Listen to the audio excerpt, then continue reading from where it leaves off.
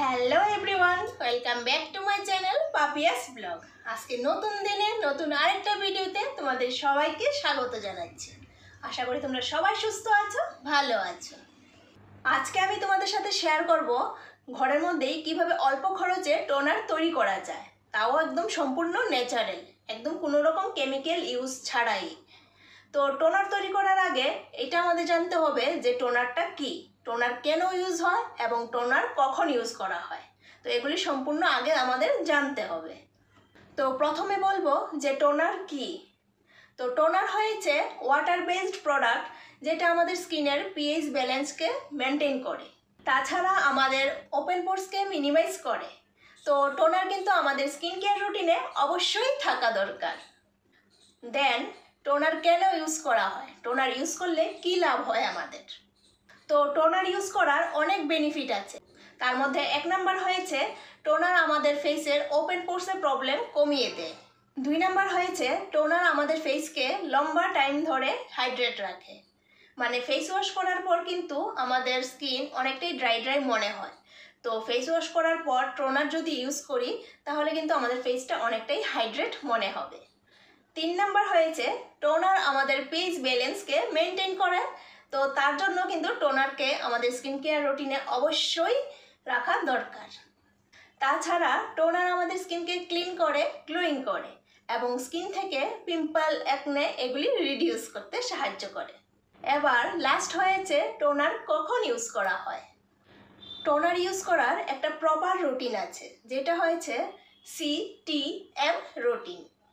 আর এই CTM মানে হয়েছে ক্লেনজিং, টোনিং অ্যান্ড ময়শ্চারাইজিং। আর এই CTM রুটিনটা কিন্তু দিনে 2 বার করে হলেও অন্তত করতে হবে।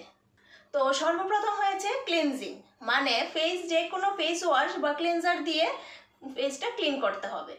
এরপর 2nd নাম্বার হয়েছে টোনিং, মানে যে কোনো টোনার ফেসে অ্যাপ্লাই করতে হবে।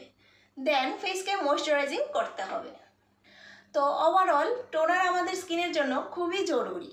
তো টোনার তো বিভিন্ন ধরনের হয়ে থাকে, তার মধ্যে কিন্তু আজকে আমি 3 ধরনের টোনার বানানো তোমাদের সাথে শেয়ার করব। তো চলো ভিডিওটা শুরু করা যাক। আমি প্রথমে বানাবো কুকুম্বার টোনার। তো তার জন্য আমি একটা বড় সাইজের শসা নিয়েছি। আর এই শসাটাকে প্রথমে আমি ভালো করে ধুয়ে নেব, যাতে শসার গায়ে লেগে থাকা ধুলোবালি সব কিছু ভালো করে ধুয়ে যায়।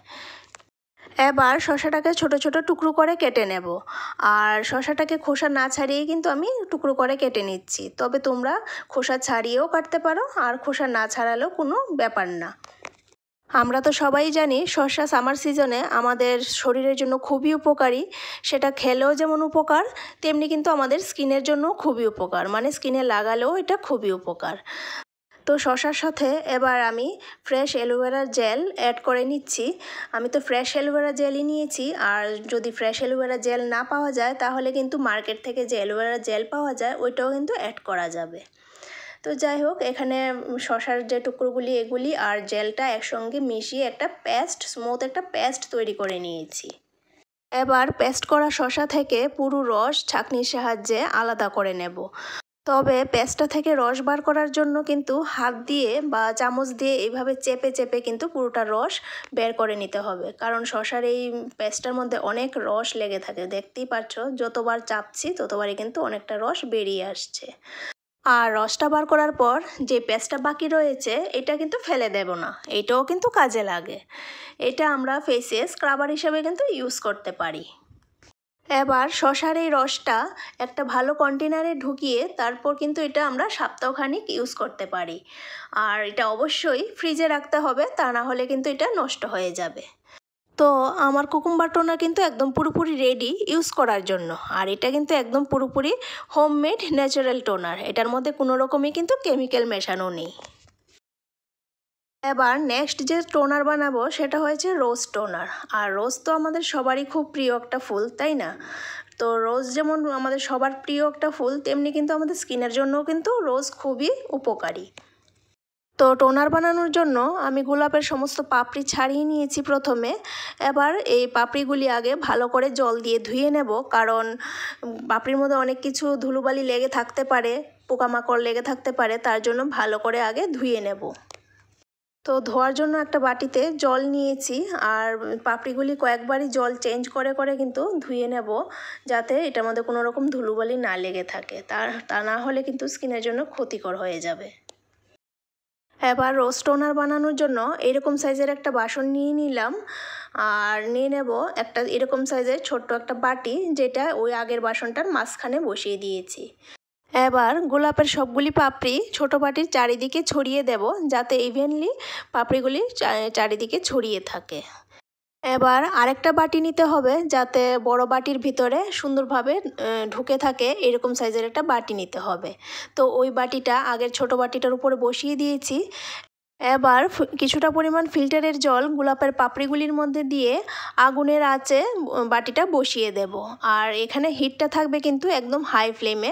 প্রথমে হাই ফ্লেমে হিটটা থাকবে, হাই ফ্লেমে কিছুক্ষণ রাখার পর যখন একদম পুরোপুরি হিট হয়ে যাবে, তখন এই কয়েকটা বরফের টুকরো এই প্লেটটার উপর দিয়ে দেব। আর এখন কিন্তু হিটটা একদম মিডিয়াম করে দিতে হবে। আর এইভাবে উপরে ঠান্ডা আর নিচে গরম হওয়ার কারণে কিন্তু জলের বাষ্পটাও বেশি হবে, তার ফলে কিন্তু ওয়াটার ড্রপটাও বেশি হবে। তো এইভাবে রাখার পর 20 থেকে 24 মিনিট পর উপরের জলটা কিন্তু, যে বরফ গলা জলটা শুকিয়ে গেছে, আর জলটা বাষ্প হয়ে যে প্লেটে লেগেছিল, এই প্লেট থেকে কিন্তু জলের ফোঁটা জমে জমে এই ছোট বাটিটার মধ্যে এই জলের ফোঁটাগুলি জমেছে। তো এটাই হয়েছে কিন্তু রোজ ওয়াটার। আর এই বড় বাটির মধ্যে যে রোজগুলি দেওয়া ছিল আর এটার মধ্যে জল ছিল, সেটাও কিন্তু ইউজ করা যাবে, সেটাও কিন্তু রোজ ওয়াটার। তো এটা একটু কালারিং হয়, কারণ এটা রোজ মানে যতগুলি রোজ ছিল সবগুলি জলের রোজের কালারটা ছেড়েছে, তার জন্য এটার কালারটা একটু রেড। আর ছোট বাটির মধ্যে যেটা জমেছে এটা তো বাষ্প হয়ে ওয়াটার ড্রপ হয়ে পড়েছে, তো তার জন্য ওইটা কিন্তু হোয়াইট কালার। তো দুটোটাই কিন্তু রোজ টোনার হিসাবে ইউজ করা যাবে। আর এবার এই পাপড়িগুলি থেকে চেপে চেপে কিন্তু সমস্ত জল বের করে নিচ্ছি। আর এই জলটা দেখতেই পাচ্ছ কতটা কালারিং, একদম রোজ কালার, একদম পিঙ্কি পিঙ্কি কালার। এবার এই বাটির জলটা ঠান্ডা হওয়ার পর কিন্তু একটা স্প্রে বোতলে ঢুকিয়ে তারপর ফ্রিজে রেখে দেব। আর এই জলটা কিন্তু অনেক দিন আমরা ইউজ করতে পারবো ফ্রিজে রেখে। তো দেখতেই পাচ্ছ খুব সহজেই কিন্তু আমরা ঘরের মধ্যে এই রোজ টোনার বানিয়ে নিতে পারি। আর এই বাটির জলটা এটাও কিন্তু একটা কাচের কন্টেনারে ঢুকিয়ে রেখে দেব। আর এটা ফ্রিজে না রেখে বাইরে রাখলেও কিন্তু অনেক দিন চালানো যাবে, তবে ফ্রিজে রাখলে তো আরও বেশি দিন চালানো যাবে, আর বাইরে রাখলে মিনিমাম 15 থেকে 20 দিন তো চালানোই যাবে। এবার 3rd নাম্বার যে টোনার বানাবো সেটা হয়েছে নিম টোনার। আর নিম টোনার বানানোর জন্য আমি গাছ থেকে কিছু পরিমাণ পাতা তুলে নিয়ে এসেছি। এবার একটা বাটিতে কিছু পরিমাণ জল নিয়ে এই নিম পাতাগুলি ভালো করে কয়েকবার জল পাল্টে পাল্টে ভালো করে ধুয়ে নেব, যাতে নিম পাতাগুলির মধ্যে কোনো রকম ধুলোবালি লেগে না থাকে। আমরা সবাই জানি নিম একটা ঔষধি গাছ।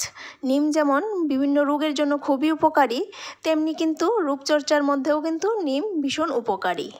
স্কিনের বিভিন্ন সমস্যায় বা স্কিনের গ্লো বাড়াতে কিন্তু নিমের উপকারিতা অনেক। তো যাই হোক, নিম পাতাগুলি ভালো করে ধোয়ার পর ডাল থেকে সমস্ত পাতাগুলি ছাড়িয়ে নিয়েছি। এবার একটা সসপ্যানের মধ্যে ফিল্টারের জল দিয়ে সসপ্যানটা ভর্তি করে নেব, মানে যতটুকু পরিমাণ টোনার বানাবো সেই পরিমাণ থেকে একটু বেশি পরিমাণেই জল দিতে হবে। তো জল দিয়ে তারপর সমস্ত পাতাগুলি দিয়ে দিয়েছি। এবার আগুনের ফ্লেমে বসিয়ে দিলাম। তো প্রথমে হাই ফ্লেমে জলটা ভালো করে ফুটিয়ে নেব। যখন জলটা ফুটে যাবে তারপর কিন্তু আগুনটা মিডিয়াম করে দেব। আর দেখতেই পারছো কিছুক্ষণ পর কিন্তু জলটা ফুটে অনেকটাই কমে এসেছে, আর দেখতেই পারছো জলের কালারটাও কিন্তু গ্রিন কালার হয়ে গেছে। এর মানে পাতা থেকে সমস্ত রস কিন্তু জলের মধ্যে বেরিয়ে এসেছে। তো কিছুক্ষণ সময় মিডিয়াম ফ্লেমে ফুটানোর পর গ্যাসটা বন্ধ করে দিলাম। আর জলটা দেখতেই পারছো প্রথমের তুলনায় কিন্তু অনেকটাই কমে এসেছে, মানে অনেকক্ষণ ধরে কিন্তু ফুটিয়েছি, তাতে কি হয়েছে সমস্তটা রস কিন্তু জলের মধ্যে এসে গেছে। এবার একটা ছাঁকনি দিয়ে জলটা ছেঁকে নিয়েছি। আর ছাঁকার পর জলটা যখন ঠান্ডা হয়ে গেছে তারপর কিন্তু একটা স্প্রে বোতলে ভরে নিয়েছি। আর বাকি জলটা আলাদা একটা কন্টেনারে রেখে দেব। তো রেডি হয়ে গেল আমার নিম টোনার। তো ফাইনালি আমি আজকে 3টে টোনার বানিয়ে রেডি করে নিলাম।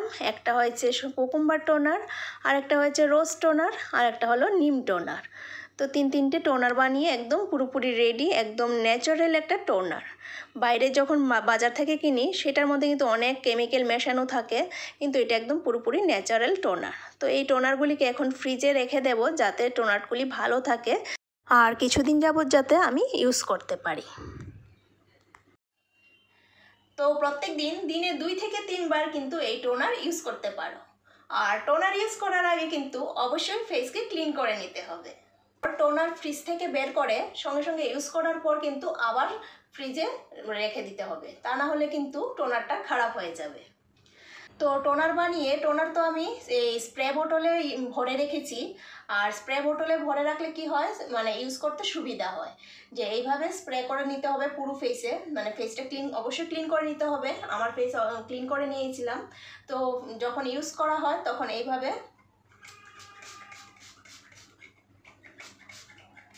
পুরো ফেসে এইভাবে আমি স্প্রে করে ইউজ করে নিতে পারবো। তো এটা কিন্তু একটা খুবই সুবিধা স্প্রে বোতলের জন্য।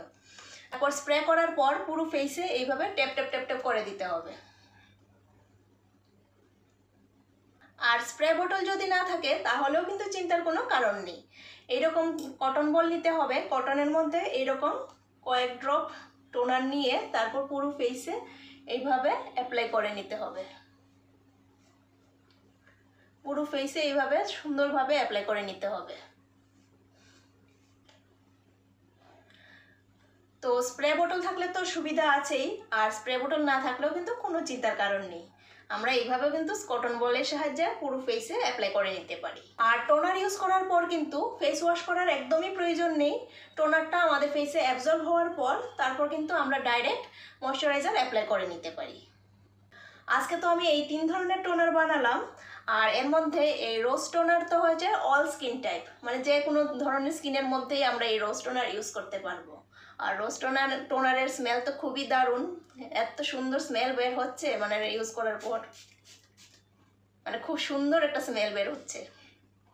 তো এটা অল স্কিন টাইপ, যে কোনো স্কিনের মানুষটাই কিন্তু এই রোজ টোনারটা ইউজ করতে পারবে। তারপর হয়েছে নিম টোনার। আর এই নিম টোনারটাও সবাই ইউজ করতে পারবে।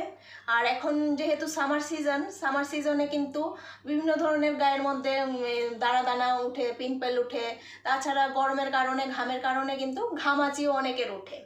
তো সেই ঘামাচির মধ্যেও কিন্তু আমরা এই নিম টোনারটা ইউজ করতে পারি। আর নিমের মধ্যে আমরা সবাই জানি ঔষধি সম্পন্ন গুণ আছে। তো তার জন্য কিন্তু নিম যে কোনো সমস্যার সমাধান করতে পারে।